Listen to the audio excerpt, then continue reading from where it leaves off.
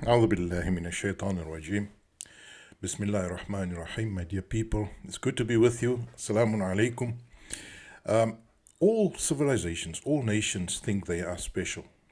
And the Muslims are no exception.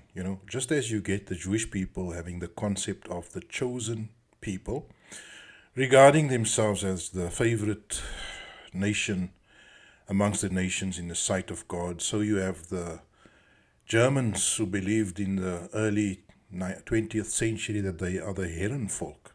And the word Herren means Lord. So they really assume that they have some sort of lordship over the peoples of the world. And then you have America in recent decades believing that they are the exceptional nation. And that means that they have certain rights and privileges which are different to the rest of the planet.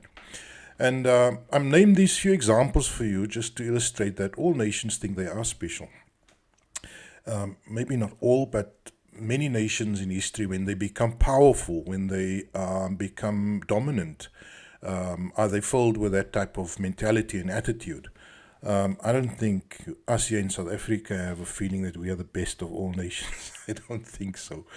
I think we are fairly humble about our place in the world. And so let me then continue to talk about these nations that achieve or accomplish some level of power and status in the world. What is the story with them? Because it's a topic that is highly present in the holy text, in the sacred text of the Qur'an. The Qur'an makes mention, especially if you read chapter 7, then there's extreme emphasis on the nations, on the traditions of nations, of powerful nations, and what their story was. So let me just quickly point you to a few examples of these verses. I'm going to look at chapter 7, and let me quickly start out from, let's say, let's start from verse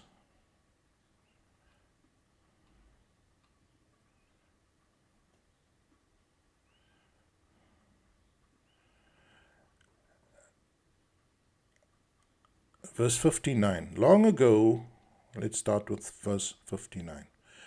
That's where we are. Long ago we enlisted Noah to approach his people. He said, "My dear people, devote yourselves sacredly to God. You have no other gods besides him. I am concerned for you over the punishment that will strike one fateful day." The elite in his society responded, "In our opinion, you seem very clearly to be the straying one." Noah replied, "My dear people, I am not astray. What I am is a message bearer from the Lord and a sustainer of all nations. I delivered to you communications from my God, from my Lord. I offer you sound counsel, having knowledge from God, which you lack. Why does it surprise you that notification came to you from your Lord via one of your own? My mission is to offer you fair warning, to rein yourselves in, and to gain benefit." But they dismissed him. In the end, we saved him and those who joined him on the ship, while drowning all those who dismissed our directives. People lacking in vision were they. And that is the story of Noah. And then the story continues to the next tale, the tale of Ad. And it starts at verse 65. To the Ad nation, there was their colleague Hud. He spoke and said, "My dear people, devote yourselves sacredly to God. You have no other God besides him. Please rein yourselves in." The powerful elite in opposition within his community responded, "We see you caught up in nonsense and see you as just another liar." That was the response of the powerful elite. He answered, "My dear people, this which I have is not nonsense. I am indeed a message bearer from the Lord and sustainer of all nations. I am conveying to you communications from my Lord and being a true counselor to you. Why does it surprise you that notification came to you from your Lord via one of your own to alert you? Consider how he made you succeed Noah's people, growing you in establishment to lofty proportions. Then commemorate all the favors of God so you can continue to flourish.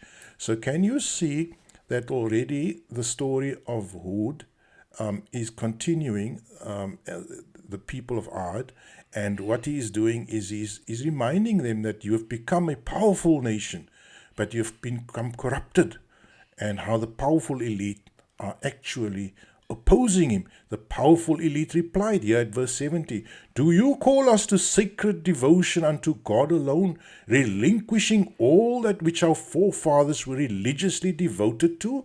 Do then bring for us that which you warn us of, to prove your truthfulness." And now they're challenging him, they're mocking him, they're telling him, bring it on. Whatever you want to do, bring it on. We're not afraid. We're quite comfortable. We're settled. We've got everything. Hud said, "Decay and strife brought about by God are already befalling you as a people. Why argue against me using terms which you and your forefathers invented? Terms for which no endorsement from God has ever come down. Go on and persist. Then, in your chosen way, I too shall persist." We eventually rescued him and those with him out of our mercy. As for those who rejected our evidence, failing to embrace, we severed all posterity from them. And then the story continues to the Thamud. To the Thamud people, there was their colleague Salih.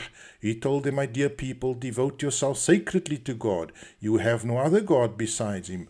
I here sent by your sustaining Lord is a notice. This she-camel belonging to God will serve as a bellwether for you. Allow her to graze on God's earth. Never afflict her with any harm. For if you do, a terrible punishment shall befall you." And so the stories continue and continue and continue and continue. And then at verse 100, a very striking conclusion is reached at verse 100 when Allah says, these tragic stories not guide new inheritors of the earth from its previous occupants to realize that we can, if we wanted to, strike them too on account of their wrongdoings. But we placed a seal over their minds, and so new generations fail to pay heed. My folks, what the verse is saying here, read it. It says that all these stories, all the evidence that point to the destruction of these previous peoples, and the houses, the ruins are there. You see, the ruins are there in the northwestern part of Arabia of these destructed communities. The ruins are there even of Sodom and Gomorrah, of the people of Lot. The ruins are there of these mighty civilizations that have collapsed and crumbled into nothingness, into ruins. And what Allah says here in verse 100, God says, "Do these tragic stories not guide new inheritors of the land, that we can, if we wanted, to strike them too on account of their wrongdoings?" So the message of the Qur'an is and then there's a very striking verse earlier on also. I didn't get to it. Let me just quickly summarize because I don't want this to be a long video. The very striking verse where Allah says, He sends His message and He sends His proof, and people will see our previous nations were destroyed, and yet they will continue to deny and obfuscate the truth. And they will pay a heavy, heavy price for that obfuscation. Now today, we live in the age of Marjuj and Yajuj, or what is also called modern civilization. And we are all members of this great new global village, which is called Yajuj and Marjuj. And we are all trying to find our way. We are all trying to make sense of where we are. And these verses must force us to pay attention, to see that we as a nation, as a people, as a civilization globally, we need to take stock. We need to realize, what is the message of God? Are we aligned to the will of God? Are we drowning in moral decay, in debauchery, like was the case with Lut and the people of Sodom and Gomorrah? Are we killing the earth around us, destroying habitats of all the other forms of life, like the people of Salih did when they allowed the free roaming camel to die, and who was the free roaming camel, which was the bellwether of nature and of the environment? Are we of those people who, like the people of Shu'aib, allow financial or economic injustice to reign? When Allah spoke to him and said to him, tell your people to stop cheating on the scales and to stop diminishing the portions that they should give to the citizens. So there Allah addressed the powerful economic elite, the financial elite, the oligarchs, and said to Shu'aib, tell these oligarchs that they are stripping the people of the wealth and that they are occupying every avenue. So these stories each reflect a different form of iniquity, a different form of zulm, of oppression, of darkness that fell on each of these civilizations in the past. And the message is not that you must enjoy it as a nice bedtime story as the Muslims do. These messages, these tales of the ancients, are there to strike real for us today, because we have to sit up and say, listen, but what are we doing? Are we involved in sexual debauchery? Are we involved in economic oppression and exploitation? Are we involved in destroying the earth around us for the rest of creation? Are we stripping the land of everything that is wholesome and good? Are we creating such an unhealthy environment that animals and humans are all suffering? That is what we need to ask. We can't say that these are bedtime stories, my friends. These are tales of instruction. These are all stories of instruction. And as this verse says here at verse 100, do these tragic stories not guide new inheritors of the land do they not guide the new generation? You see, that is the critical question. But then the question is actually answered here. These are the countries whose tales we chose to narrate to you. The messengers approached them with the same notice, and they would refuse to adopt the same message which their defunct predecessors also. So they always reject it. And then at verse 102 it says this very sad, but hopefully jolting statement that should wake us up. We could find no commitment to any covenant in most of them. Most of them we found given to transgression. So that is the story that comes through here in chapter 7, Al-A'raf. And if you read it, you'll see that the message is there. It's a very urgent warning for the civilization that is in power right now. Right now it is speaking to you and me. We, the citizens of this Western civilization, wherever you are. It's a wake-up call for you and me to say that stop these people from the course that they are on. They are on a course of self-destruction. Now, my friends, let me take you back to a bit of other history. I want to just throw in this explanation to you also, after reading these verses. You see, the Muslims have this false assumption that they are also excluded from all of this. That, because we are Sunnis, because we believe in the Salafus Salih, because we have our Hadith and our Qur'an and our pious scholars, and we have our Sheikh bin Baz in Saudi Arabia and Sheikh whatever his name is, Qardawi, rahmatullah alayh, we are safeguarded. We are somehow exempt from all of this. You see, there is nobody that is exempt. There is nobody that is exempt from the tests and the punishments of God. Now, let me tell you something. The Muslims as a global nation is not one nation. The Muslims have been ruled over by various nations. When the Qur'an speaks, it doesn't speak about a religious order. It speaks about a civil and a social order.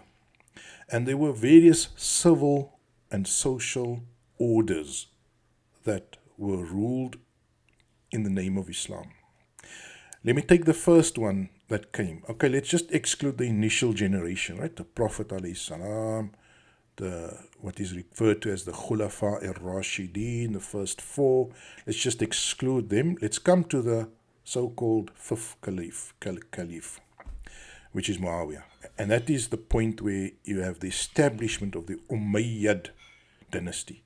Now, the Umayyad dynasty ruled the Muslim world for 90 some odd years, from until about 750 of the Common Era. From around about 660, I believe, to 750. 90 years they ruled. Now, that is a civilization, that is a nation that we can sort of regard as one of these nations that Allah speaks in chapter 7. The Umayyads, right? The Umayyads and the people who followed them. Now, the Umayyads are the people who were at war with the messengers of Allah. Now, the messengers of Allah in the time of the Umayyads did not take the form of Anbiya, of Wahi recipients. The messengers in the time of the Umayyads took the form of the grandchildren of the Prophet ﷺ. They were the carriers of the message. The message was carried by Imam Hassan, by Imam Hussein, by Imam Zayd, by Imam Zayn al-Abidin. These were the characters that handed them the notice, that these notices that we see that Ad and Thamud and the people of Noah handed to their elite, to the powerful elite. It was Hussein, and it was Hassan, and it was Zayn al-Abidin, and it was Zayd, and it was Muhammad al-Hanafiya, and it was these members of the family of the Prophet. That is why we have a very high regard for Ali Muhammad. You see, just as we have a regard for Ali Ibrahim. So Ali Muhammad, the offspring, the remaining members of Muhammad ﷺ were the continuation of the message to these people, the Umayyads, and they refused.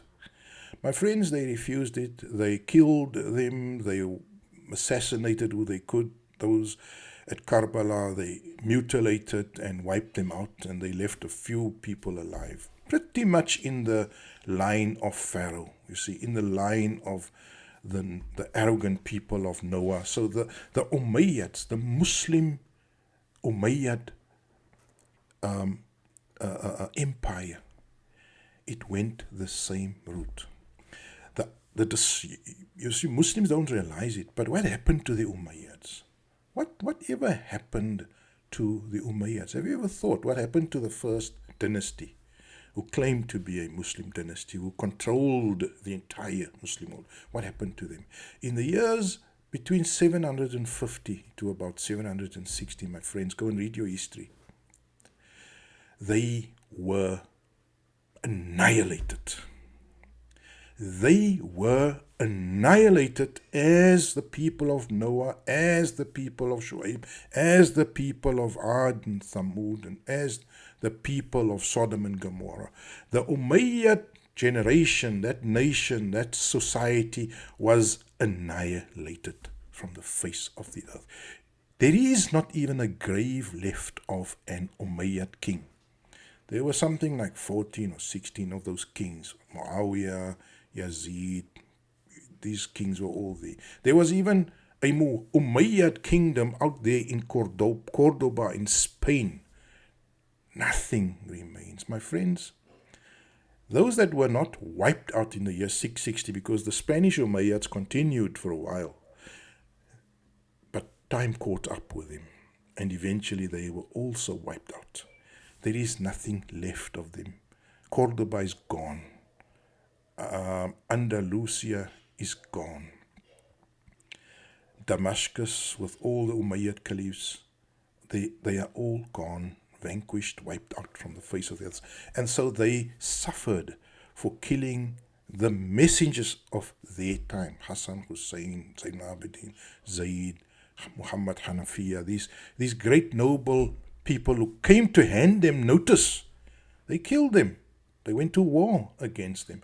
The story continued with the Umayyads. That's what I'm trying to tell you, Muslims, that you are not exempt from the wrath, from the destruction, from the annihilation of Allah. Now let's come to the next empire that ruled the Muslims. It was the Abbasiya, the Abbasi dynasty. Similarly, they came in, they saw the Umayyads were evil, they said they were going to be better. They did not kill the family of the Prophet. In fact, they made certain promises to the family of the Prophet, and they became more powerful than the Umayyads, even more entrenched, even more sophisticated than the Umayyads. You know, the Abbasid Empire is the golden age of Islam. It is the time of astronomical discoveries. It is the time of mathematical discovery. It is the time of medical discoveries. You see, the Abbasid dynasty surpasses the Umayyads, not even in a small way, on a grand scale. The power, the wealth, the control that the Abbasid world had over the planet. And they took over Western science, Western philosophy, incorporated it into Islam. And then what happened? And then they became corrupt. And then they went the same route as the Umayyads. And then they went the same route as the people of Lot. And then they went the same route as the people of Noah. And then they went the same route as the people of Shu'aib, by indulging in corruption and evil, and enriching the powerful and neglecting the poor in society, and abandoning the sense of justice and righteousness that they are supposed to uphold. And what happened to them? What happened to them? Go and read the history, my friends. In the year, I think in the late 1100s, there was what we call now the sacking of Baghdad. Go and Google it. Go and seek the YouTube. The sacking of Baghdad is probably one of the most painful, destructive, and I don't have the words to explain the sacking of Baghdad, because it is so severe that it makes the destruction of the Umayyads look like a walk in the park, my friends. It happened when the sons of Genghis Khan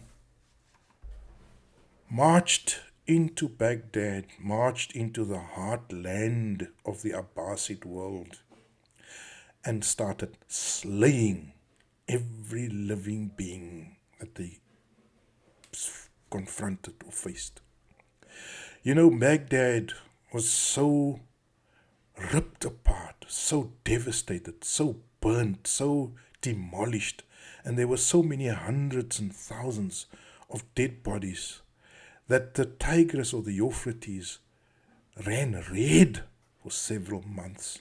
The river turned red for several months, my friend. And that represents, and that event, the sacking of Baghdad, represents the second annihilation of a Muslim civilization. So just as the people of Lot and the people of Shu'aib and the people of Noah and the people of Ad and Thamud, just as they suffered vanquishing by natural phenomena or by means of others, so also the Umayyads and the Abbasid empires, those countries, those empires that represented so-called Islam, were vanquished. And the Muslims still think that, look, we are immune, we are guided, we are not, the destruction of Baghdad was just a test. No, it wasn't a test. It was an adhab. It was the judgment of God that fell on the Muslims. They still come and say, no, but the civil war that killed the Umayyads, that wiped out all the Umayyads, that was just a test. No, that was the judgment of God that fell on the Muslims. And the Muslims are too arrogant, too proud, even today, to say that the judgment of God has fallen on them, not once, not twice, but 3, 4, or 5 times. Because the Ottoman Empire can say the same thing. After being a mighty civilization, after surpassing the Abbasids, after ruling for 700 years, the Ottomans went the same way. They were demolished. They were cut down by new people, European people, that came and ended them, terminated them all over, wherever they were. The Arabs, the desert Arabs, came and terminated them in the Arabian world, and the Europeans came and terminated them on the European continent. And what remains of the Ottomans is just a few Greeks that call themselves Ottomans, and so that is the end result of nations that seek to challenge the divine order. They are brought down unceremoniously. We today witness new empires have risen. The American Empire, the Anglo-Saxon world, very, very powerful. More powerful than any Muslim empire ever was. The Anglo-Saxon Empire, my friends, the British Empire, is the empire that the sun would never set on. It was indeed. It ruled over vast tracts of the world. It ruled India, parts of China, vast parts of Africa, running from Cape Town to Cairo. The full length of Africa was occupied by the British Empire. Vast parts of North America, including America and Canada, parts of Canada, and including the Caribbean. That was the British Empire. And the British Empire was brought down to what?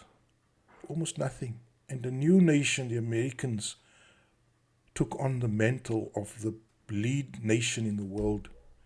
And what we see, if you and I today, we have seen over the past 50 years how the Americans have squandered the responsibility that they were given. The responsibility to rule with fairness, to rule with justice, to preserve the moral integrity of their people, to preserve the environment that they are supposed to be custodians of. And what has happened is that role, that responsibility, they have squandered. They have flouted it. And today America is as debauched as Sodom and Gomorrah ever could be. Today America is destroying the environment more than the people of Salih could ever do. Today America is exploiting through its corporations and its oligarchs the poor and the oppressed masses more than the people of Shu'aib could ever do. And so America is marked for destruction, my friends. The decline is there. The rot is there. And the destruction is soon to follow. And unless they can pay heed, unless they can be an exception to the rule, and not allow the rot and the debauchery and the exploitation and the oppression of the weak to continue. If they can stop that, they might be an exception to that rule. But if not, they are marked for destruction. And new nations and new civilizations will arise. The Chinese will become powerful. The Russians will become powerful. Maybe Africa will even rise out of the dust and out of its position of hunger and poverty and emerge as the powerful nation of the world. You see, Africa is the continent that ruled the world for the longest. The African continent ruled the world probably for more than any other nation on the planet. And I'm talking particularly about Upper and Lower Egypt. Between the kingdoms of Kush and the northern kingdom, the African kingdoms of Kush, the Kushites, and the northern part of Africa, where the seat of African rule was, from where Africa ruled the rest of the known world, probably ruled for more than 1,000 years. And so nobody matches the length of rule that Africa ruled in the past. And so it's been a long time since Africa has been given a chance to become a lead nation. So, who knows what lies in the future. For now, it does appear that the anointed nation now in front of God would be mainland Asia. Mainland Asia, and I'm counting in China, and I'm counting in Iran, and I'm counting in, hopefully, if they can sort themselves out, Pakistan, and if they can sort themselves out, Afghanistan.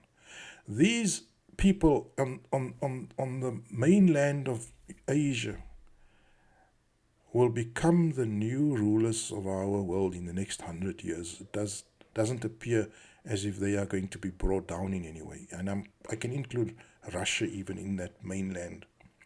And so I pray that this new incoming powerful civilization will not go the same way, that they will understand their mission. Their mission is one of justice, of righteousness, of protecting the weak, of protecting the environment, of protecting human moral fortitude, to maintain a refined, highly respectful Homo sapiens, or humanity.